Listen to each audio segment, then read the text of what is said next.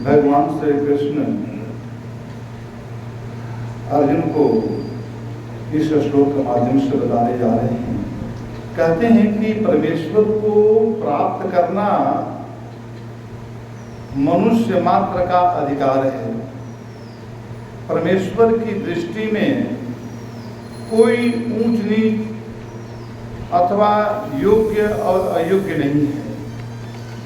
परमेश्वर को प्राप्त करने के अनेक मार्ग हैं, किंतु कर्म मार्ग अत्यंत सरल और सुगम है।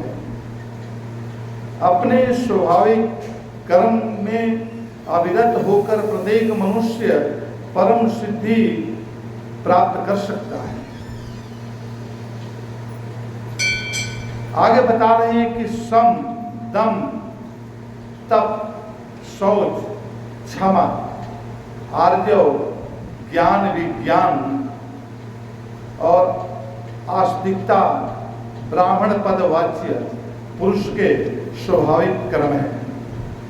शौर्य, तेज, धृति, दक्षता, युद्ध के अपलायन, दान, शासक भाव, क्षत्रिय पद वाच्य पुरुष के स्वाभाविक कर्म है। कृषि, पशुपालन, वाणिज्य, उद्योग और दान देना वैश्य पद वाच्य पुरुष के स्वाभाविक कर्म है।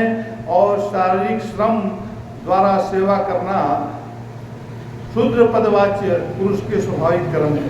तो यहाँ पर कहते हैं कि अपने अपने स्वभाव के अनुसार कर्म करना भगवत प्राप्ति का साधन है। यहाँ पर स्वभाव जुड़ा हुआ है। तो अपने अपने स्वभाव किस कौन और किस स्वभाव में है, उस तरह से अपने कर्मों को यहाँ पर अंजाम देना है। कहते हैं कि कोई कर्म ऊंचा और नीचा नहीं है। मनुष्य के लिए अपना स्वाभाविक कर्म ही श्रेष्ठ होता है। अपने स्वाभाविक कर्म को किसी अन्य मनुष्य के स्वाभाविक कर्म की अपेक्षा तुच्छ और महान समझना, इसको अविवेक बोला गया है। यहाँ बता रहे हैं कि शूद्र का श्रम करना ब्राह्मण के तप और वेद पाठ की अपेक्षा कम महत्वपूर्ण नहीं है। वास्तव में यह महत्वपूर्ण नहीं है कि मनुष्य कौन सा कर्म कर रहा है, बल्कि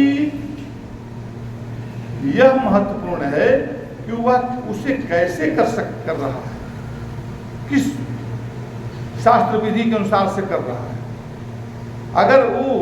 अगर एक झाड़ू लगाने वाला अगर अपने कार्य को कर्तव्य ढंग से कर रहा है, एक पढ़ाने वाला व्यक्ति अगर काम को नहीं सही ढंग से कर रहा है, तो उससे श्रेष्ठ उसको बना रहे हैं। तो जो सही ढंग से झाड़ू लगा दिया, सफाई कर दिया, क्लीन कर दिया, तो इसमें ये ध्यान देने वाली बात है कि जिसका जो कर्तव्य है, स्वभाव के अनुसार से कर्म है, वो कर्म को किस निपुणता से कर रहा है। अगर वो निपुण नहीं है, अपने ऊंच पद पर बैठा हुआ भी वो निपुण नहीं कर रहा है, तो उसके अपेक्षा जो नीचे कर्म करने वाला है वो उसे श्रेष्ठ माना गया है। आगे बोलते भगवान श्री कृष्ण अर्जुन को यह संकेत कर रहे हैं कि वह क्षत्रिय है और उसका स्वाभाविक कर्म युद्ध करना है क्षत्रिय का, तथा वैराग्य लेकर वन में तप करना उसका स्वाभाविक कर्म नहीं है।